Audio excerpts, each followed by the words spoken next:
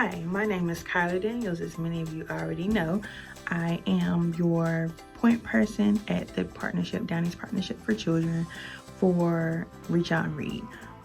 I'm here today to talk to you guys a little bit about some things that we would talk about in a normal lunch and learn. Since we aren't able to do lunch and learns in person right now because of everything happening with COVID, I decided that I wanted to still be able to deliver the information, but in a way that is easily accessible to you guys and easy for me to deliver. So hopefully you guys enjoy this. I'm going to be just doing a little bit of refreshing about the program and just talking to you about some things that you already know. So this is basically just a refresher for you guys, just to talk about some of the things that you already have been doing and making sure that I am serving you in the best way that I can. So I'm going to kind of split this up into 3 different parts.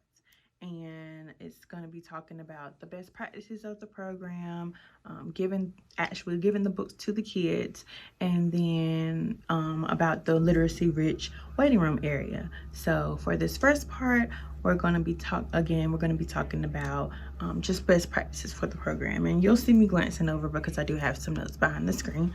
But as you know, medical care providers are trained to deliver early literacy guidance to parents of children ages 6 months to 5 years of age during each well-child visit.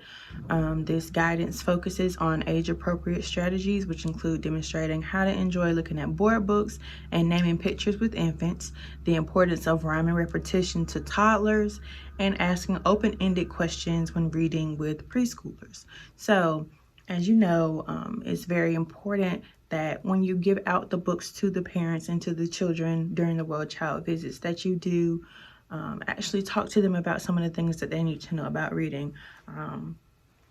As a parent myself, I am very reliant on the things that my doctor tells me about my kid, especially with me being a first-time parent. So I think that it is very important that you do stress the importance of reading and different tips that you can share with parents for when they're reading with their kids. A lot of parents don't know how to read with their kids beyond just reading the pages on the book.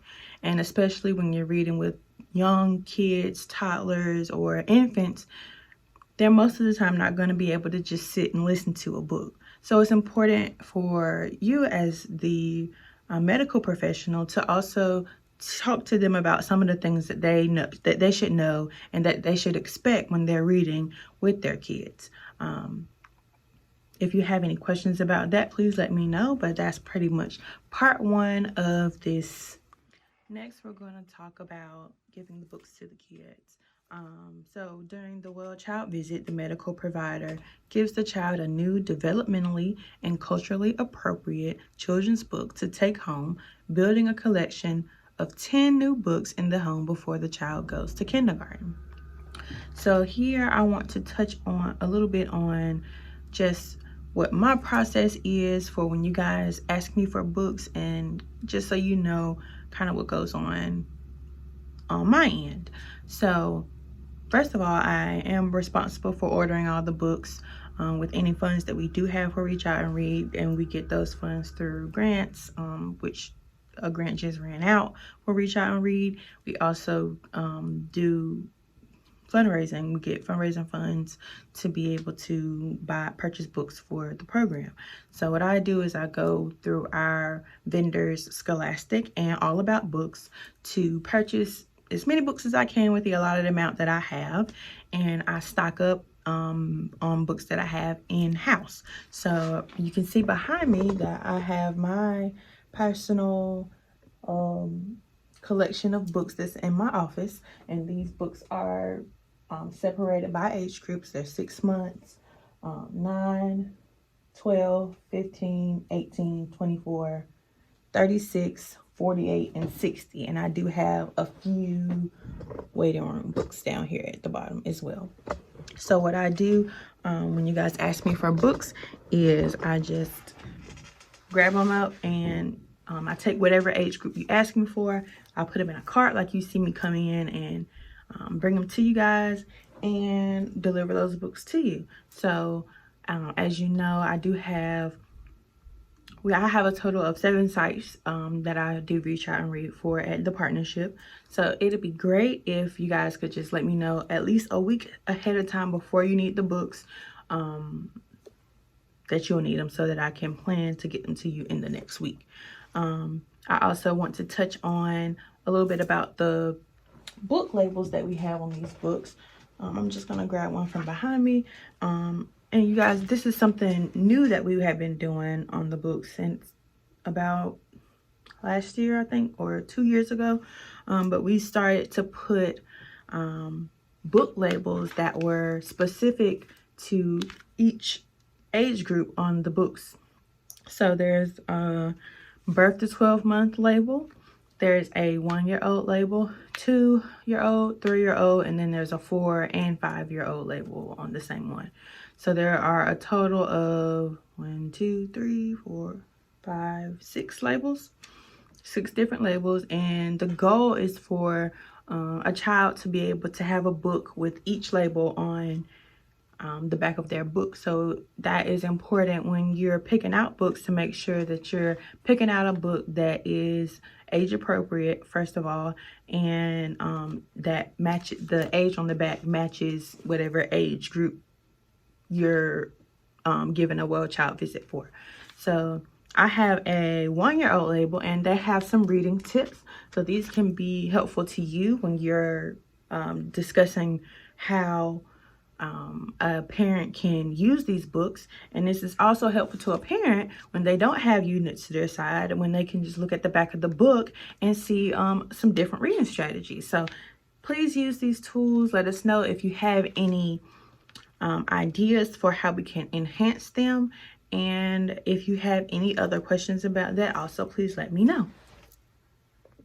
Our last part of this 3-part little fidelity refresher is on the waiting rooms, literacy rich waiting rooms. So my bullet point says many reach out and read programs also create literacy rich waiting rooms, including gently used books for waiting rooms or for siblings to take home. So many of you are not, I know, really using your waiting rooms as you normally would because of COVID and just trying to keep everything sanitized and not trying to do the cross-contamination of different items. So if you're not doing that right now, that it's okay. Please do what's best for your clinic. I know some people are doing them, so whatever works for you is great. So we also have like posters that you can put in your waiting room. We'll be having some other reading tips that we can share with you guys.